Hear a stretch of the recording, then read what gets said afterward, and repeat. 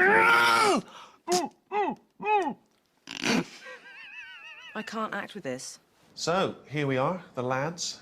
Going to talk about Extras, the cracking new sitcom. Not a fan? It was all right. Not as good as The Office, in your opinion? I didn't like The Office much. I thought it was overrated, to be honest, but, you know, Extras. Yeah, extras.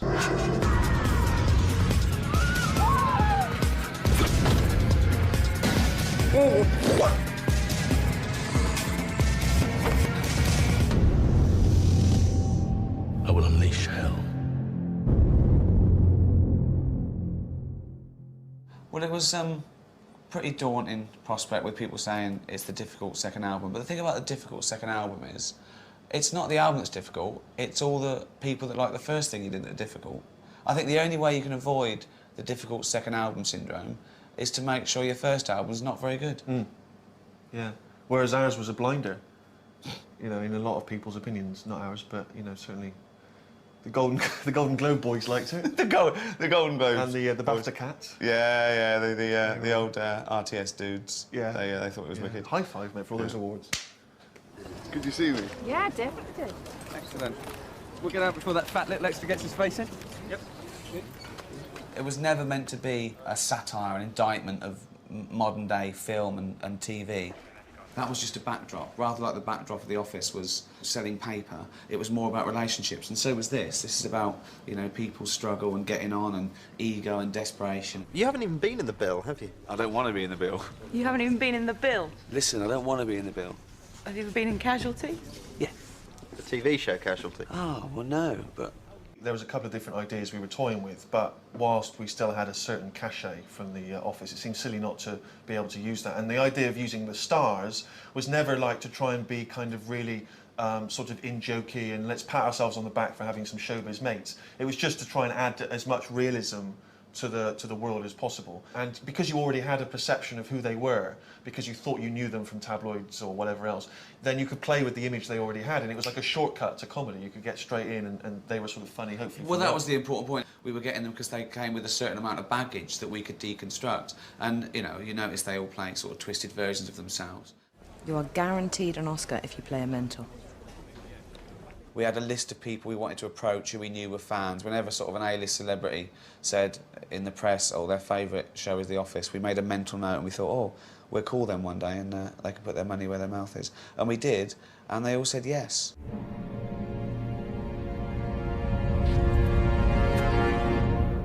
Tell them Uncle Sam's in town. First day of filming was Sam Jackson. We had him for one day, and we actually weren't in production, so we had to start production a month early. We had to build the set, get Sam Jackson over, get all the crew and cast together for one day, do the day with Sam Jackson, and then pack it all away for a month.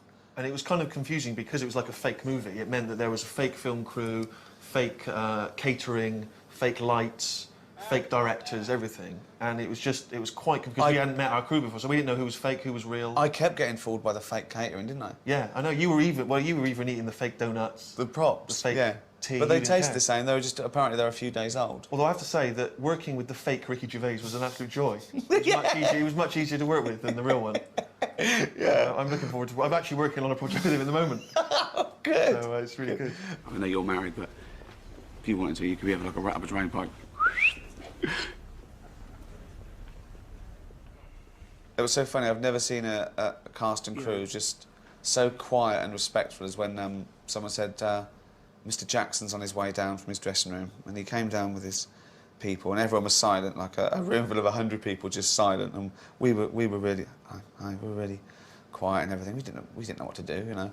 And then Sam Jackson just bent down to tie up his shoelace, and it just took for about 30 seconds. Everyone was still quiet, just waiting for him to finish. And I thought I'd break the ice, and I went, I can't believe he ties his own shoelaces. And he said, I'm slumming it. People laughed. Yeah. Nervously, but they Nervously, yeah. And then it was fine. Are you happy with that? And a wide and we're filming it. We had him for one day, which we thought was mad, which we thought was going to be so tight. And because he came along, we told him basically where to sit. He knew the words. He did it in one take. I mean, he did it in one take, but, I mean, it was perfection. Tell them Uncle Sam's in town. That's great. That's perfect. We got that. Yeah, that's And we laughed and went, oh, just do it again. We didn't know what to say. Yeah, because he is the most professional person I've ever worked with. But then, of course, I've only ever really worked with you. And that's not really any... You know, that doesn't really count. No, but I mean, but when you get two professionals, like me and Sam together... Yeah. It's... Sparks fly. It's quick. Yeah. It's quick work. That's the sort of people I'm hanging around with now. It's not just a one-off. I mean, we've known each other for ages. Let me tell you. Anyway, let's go to I that thank place him we for always this go to. opportunity, you know? I mean, it's like, he always told me that when he made it, he was going to pull me up behind him. Here I am, Thank man you. of his word. Sam Jackson. For mates, just normal mates, friends. Look at that. I know Got it that. all going on. Ricky, you all right, mate? Well, no, I'm carrying on. Struggling there, aren't you? Yeah, because they're falling through. I'm trying to carry all my pens and pencils around, but they keep sort of going through my fingers and It's everything. really weird you should say that, actually, because I think I might have the solution for you right What? here. Well, what about like a little sort of pencil case that... I mean, I don't know if... Will you that wanna work? Well, I mean, have a go. I don't know. No. What goes in there? Well, that seems to be working a treat. I don't know. That is perfect. Is that better perfect. for you?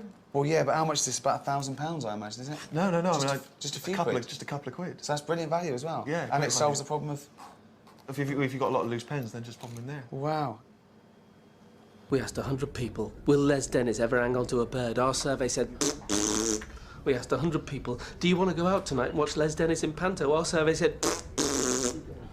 After we'd done our 1 day of filming with Samuel Jackson, then we went away, and a month later we came back and we reconvened at Wimbledon Theatre, and we filmed with Les Dennis, who It's a joy, wasn't it? was an absolute pleasure. So funny. So funny. And so willing to just throw himself in, 100%. I mean, unbelievable. Yeah, the stuff we were doing, you know, about him and his life and that, and he was making things worse for himself. He was coming up with other stuff Adding that we didn't bits know in. about. Yeah. No, it was absolutely great. Apart from me having to dress up as a genie.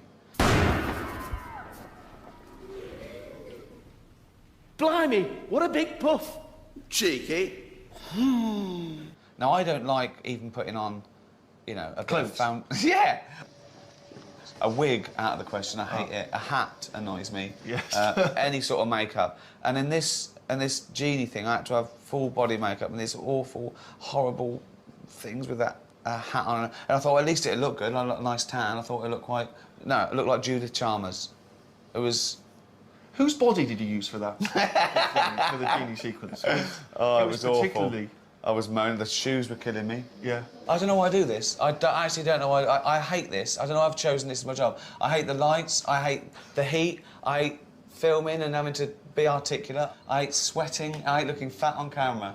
Is there a job? What job can I do that's basically laying down with air conditioning? It's astronaut. Yeah. I'll do that.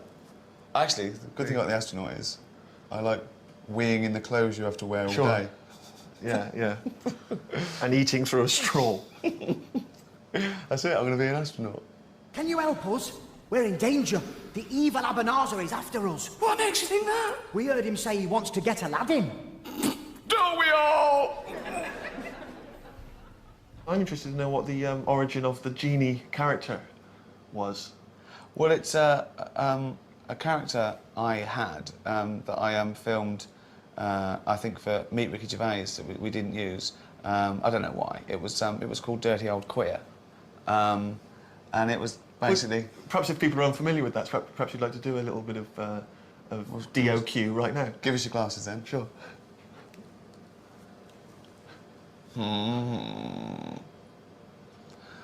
You're a big boy.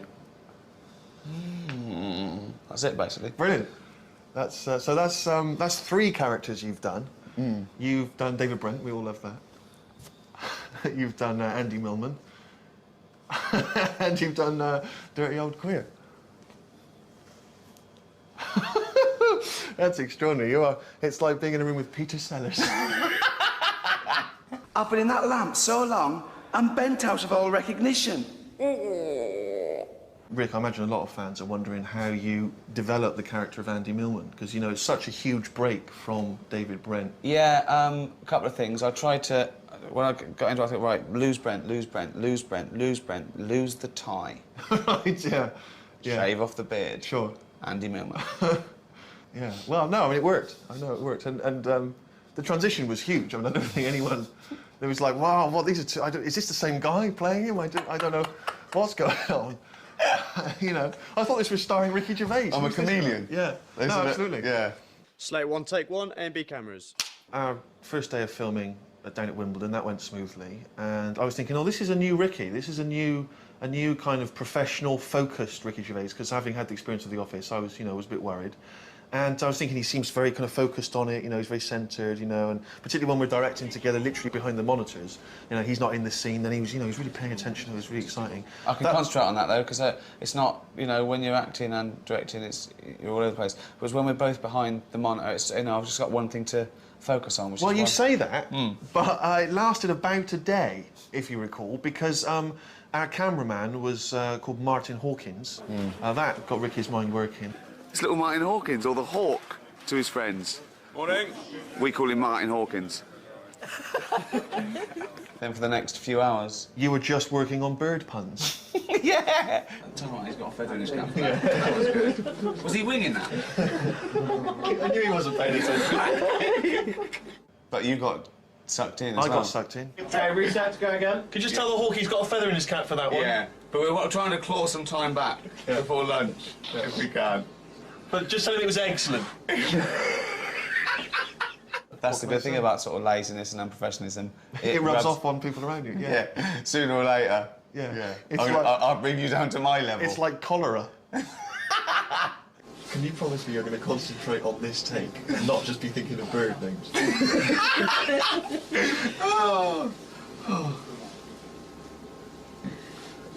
I can't promise that. I know, I can tell. I can't promise it. Oh, God.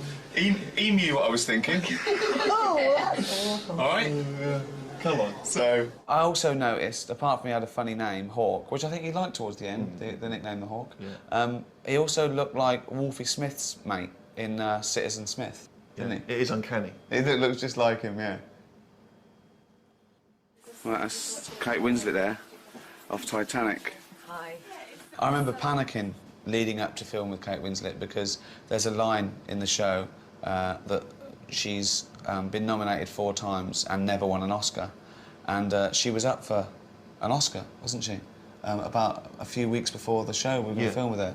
And we were going, I hope she doesn't win one. Yeah, I was actually watching it going, please don't give Kate Winslet an Oscar. That'll ruin the line. One joke. Yeah, in the script that we could change in 30 seconds. But luckily, Rick, she wasn't the best actress that year, and she didn't get the Oscar.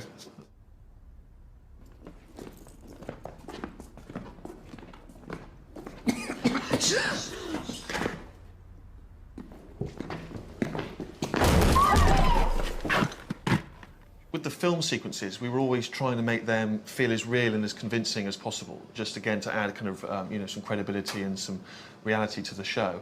And when Kate Winslet came over, we had this cellar built so that we could have her kind of hiding these Jewish refugees. And actually, as we were filming it, we were really getting into it, and Ricky was there, kind of off camera, just explaining how he wanted them to react. So he'd be saying, you know, They're coming down the stairs now. and they're coming to the door, oh, they're going away. And then someone coughs. And everyone was really getting into it. And this was working really effectively for the first couple of takes. Then, of course, Ricky got bored. They're going away. This time, someone farts. Who puts the job?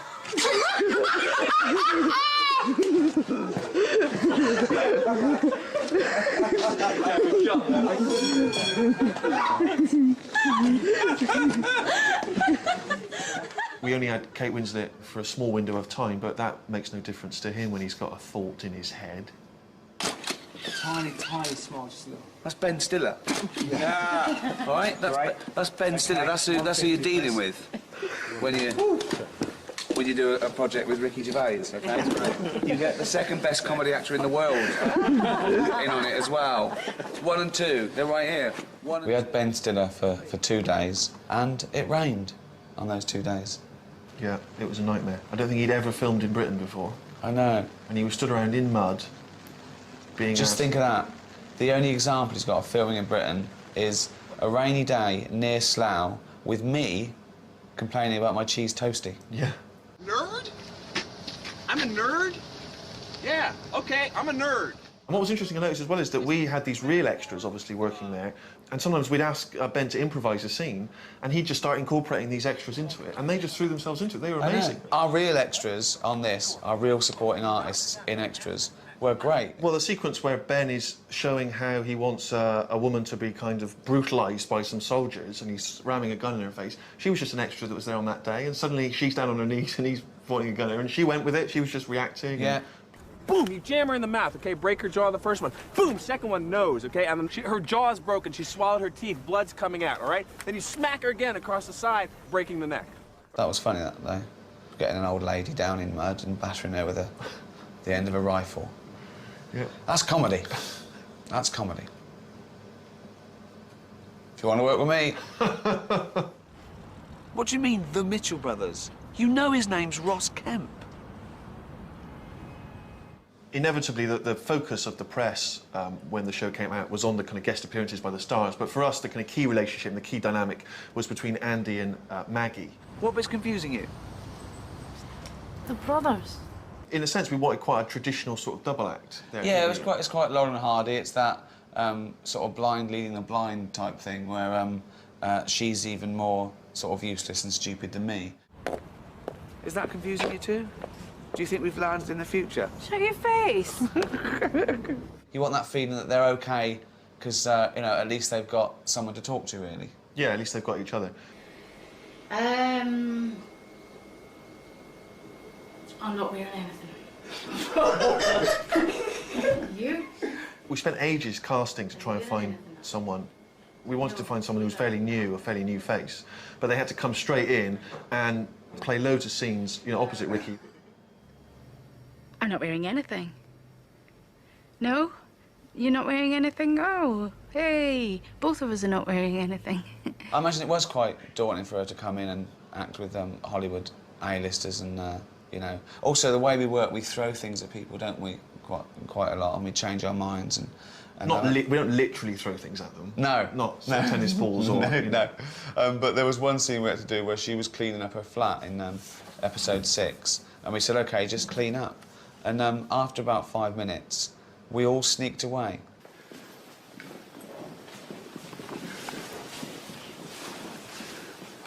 A crew of 50 people. We crept away and hid. Well, it's because she was really getting into the cleaning. Yeah. We just left the cameras on and she just went on, and she basically cleaned the whole flat. And there's 50 grown-ups hiding and giggling.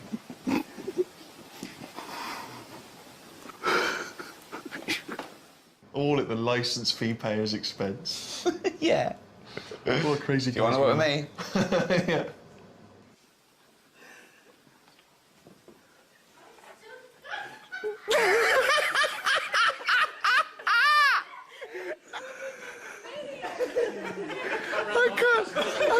I can't believe how long you went on. I was getting quite into it. I know, that's what we thought. That's why we all left the building. Cooper's a terrible state.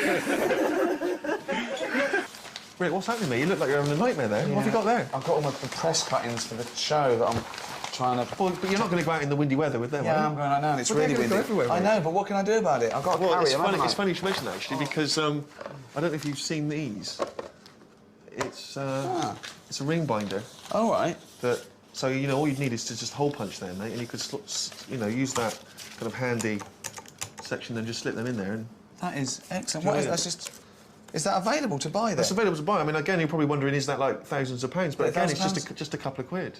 What, just you get a picture and you get the thing and you get the ring binder and you get the word The Office? Yeah. Just for a few quid? Yeah. That's brilliant. Amazing, isn't it? And that, you know, I'm sure that would go really well. Like, students would love that, I imagine. You know, or people that work in offices.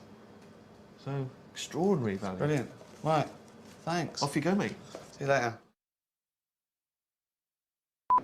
Oh, where did I put this on? That's going to show up the sweat, isn't it?